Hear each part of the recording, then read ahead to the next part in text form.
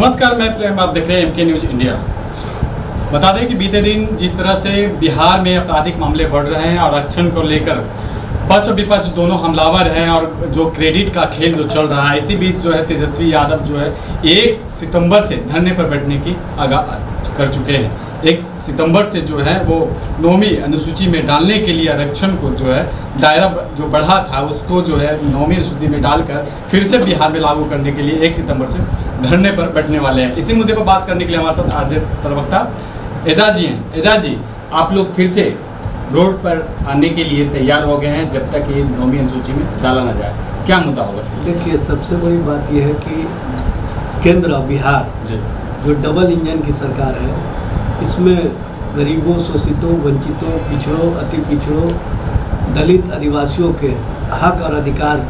से उन्हें वंचित करने के लिए तरह तरह की साजिश चल रही है। और उस साजिश के अंतर्गत ही आपने देखा होगा कि पिछले दरवाजे से भारतीय जनता पार्टी के जो लोग हैं वो राजनीति करते रहे और आरक्षण जो 65% की गई थी तेजस्वी प्रसाद यादव जी के सार्थक पहल पर, उसको कहीं ना कहीं अभी रोक दिया गया है माननीय पटना उच्च न्यायालय के आदेश के आलोक में। लेकिन एक बात अगर ये लोग कर दिए होते, जिस दिन आरक्षण व्यवस्था बढ़ा करके 65% किया गया था, उसी दिन बिहार सरकार के कैबिनेट से एक प्रस्ताव केंद्र सरकार के पास भेजा गया था कि इस आरक्षण व्यवस्था को 9वीं अनुसूची में शामिल कर लिया जाए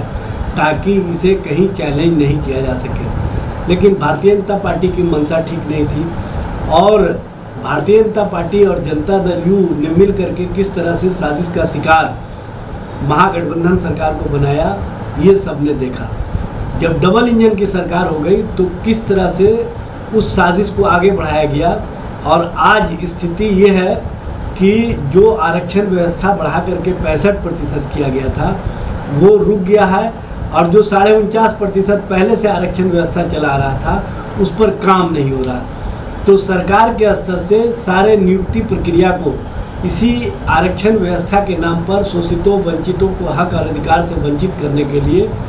नौकरी को रोक दिया गया है, युवाओं के भविष्य को रोक दिया गया है, युवाओं के चेहरे पर जो मुस्कुराहट आई थी उसको रोक दिया गया है। इस तरह की राजनीति बिहार में चल रही है। दूसरे केंद्र सरकार के स्तर से हम लोग लगातार शुरू से मांग कर रहे हैं। जब बिहार में जातीय गणना की बात हुई थी तो उस समय भी हम लोगों ने कहा था, प्रधानमंत्री जी से तेजस्वी जी के नेतृत्व में पूरी एक टीम मिली थी, उसमें नीतीश कुमार जी के नेतृत्व में सर्वदलीय शिष्टमंडल भी मिला था और सर्वदलीय शिष्टमंडल में हम लोगों ने मांग किया था कि बिहार में जातीय जनगणना के साथ साथ केंद्र के स्तर से भी जातीय जनगणना कराया जाए, लेकिन प्रधानमंत्री जी ने इनकार कर दिया। तब हम लोगों ने अपने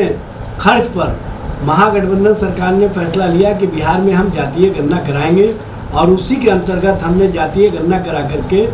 जिसकी जितनी संख्या उसकी उतनी हिस्सेदारी तय करते हुए 65% आरक्षण की व्यवस्था की। और अब केंद्र सरकार पर हम दबाव बना रहे हैं कि चूँकि जनगणना का कार्य नहीं हुआ, इसलिए जनगणना के कार्य के साथ जातीय जनगणना करा दिया जाए, जिससे कि सभी का जो आंकड़ा है वो स्पष्ट रूप से सामने आ जाए और ये भी पता चल जाए कि शोषित, वंचित, पीड़ित, दलित, आदिवासी आज आर्थिक रूप से, सामाजिक रूप से कितने पिछड़ेपन के शिकार हैं। लेकिन भारत सरकार की मंशा ठीक नहीं है, क्योंकि बंच ऑफ थर्ड की राजनीति करने वाले लोग नहीं चाहते हैं कि देश स्तर पर आरक्षण व्यवस्था बढ़े। बिहार स्तर पर जो आरक्षण व्यवस्था बढ़ाई गई थी उसको भी कहीं ना कहीं साजिश का शिकार बनाया गया। तो इन सब मुद्दों को लेकर के 1 सितंबर को पूरे राज्य भर में पार्टी की ओर से जिला मुख्यालयों पर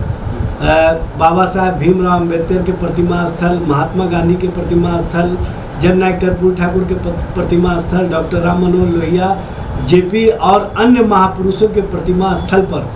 धरना प्रदर्शन करके केंद्र सरकार को चेतावनी दी जाएगी कि जल्द से जल्द आप 9वीं अनुसूची में बिहार के आरक्षण व्यवस्था को शामिल कीजिए और देश स्तर पर जातीय जनगणना कराने का कार्य कीजिए। इसी मुहिम के तहत 1 सितंबर को नेता प्रतिपक्ष तेजस्वी प्रसाद यादव जी पटना की सड़क पर उतर करके धरना देने का काम करेंगे और केंद्र सरकार को बताने का काम करेंगे कि अभी तो ये अंगड़ाई है, आगे और लड़ाई है, और उस लड़ाई को अंजाम तक पहुंचाने के लिए,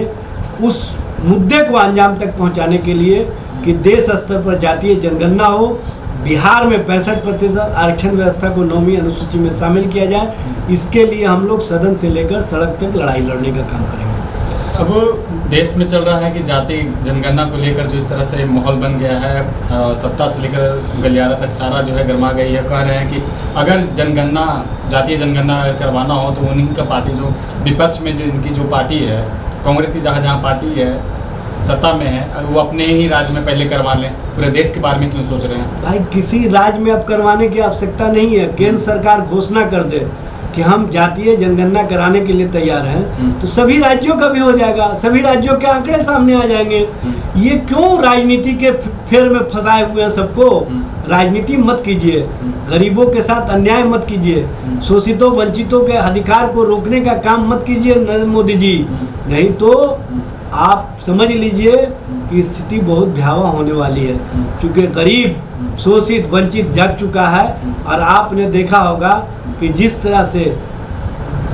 SC ST के आरक्षण वर्गीकरण के नाम पर राजनीति जो भारतीय जनता पार्टी कर रही थी, उसके खिलाफ लोगों ने स्वतः स्फूर्त सड़कों पर उतर के बता दिया कि आरक्षण के साथ अगर कोई भी छेड़छाड़ करेगा या आरक्षण के साथ कोई भी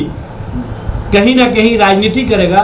तो उस राजनीति को हम लोग चलने नहीं देंगे। सच्चाई तो ये है कि देश के संवैधानिक व्यवस्था के तहत जिसकी जितनी संख्या उसकी उतनी हिस्सेदारी तय कर दी जाए, और आरक्षण के व्यवस्था को बढ़ाने के लिए जातीय जनगणना देश स्तर पर करा दिया जाए, ताकि हर राज्यों का आंकड़ा सामने आ सके और हर राज्य उस हिसाब से अपने यहाँ आरक्षण की व्यवस्था को तय कर सके। जिस तरह से नीतीश कुमार खुद से करवाए थे बिहार में अपने राज्य में, उसी तरह से अगर जहाँ कांग्रेस अपनी सरकार बनाई हुई है तो वो खुद से अपने राज्य में क्यों नहीं करवा लेते? देखिए, आप गलतफहमी के शिकार हैं। नीतीश कुमार ने नहीं करवाया था। तेजस्वी प्रसाद यादव जब नेता प्रतिपक्ष थे तो उन्होंने स्पष्टता बिहार सरकार को चेतावनी दी थी कि अगर आप जातीय जनगणना कराने पर तैयार नहीं होंगे तो हम पटना से दिल्ली तक कूच करेंगे।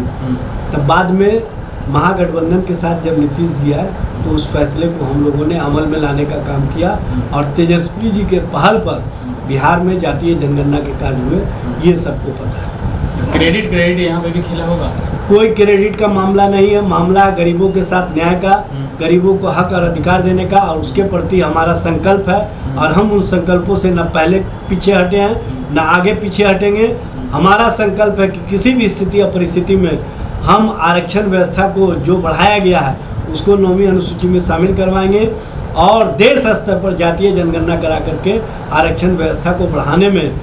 हम अपनी महती भूमिका अदा करेंगे। जी, धन्यवाद। तो आपने सुना क्या कुछ कह रहे थे? हमारे साथ थे एजाज अहमद, जो RJD के प्रवक्ता हैं। इनको साफ तौर पर कहना है कि 1 तारीख से तेजस्वी यादव और हमारे जितने भी बिहार में कार्यकर्ता हैं सभी महापुरुषों के प्रतिमा के पास जाकर धरना स्थल करेंगे, और सभी लोग जो हैं 9वीं अनुसूची में जातीय आधारित जनगणना जो हुई थी, जिसमें दायरा बढ़ाया गया था, 65% आरक्षण जो किया गया था, उसे लागू करने के लिए और 9वीं अनुसूची में डालने के लिए इस चीज़ को आह्वान किया गया है। आने वाले समय में देखना होगा कि कितना ये जो लाभ बिहार को मिल पाता है, क्योंकि तेजस्वी यादव अब सड़क पर उतरने वाले हैं 1 सितंबर को। इस तरह तमाम खबरें के बनने देखते रहें इंडिया। धन्यवाद।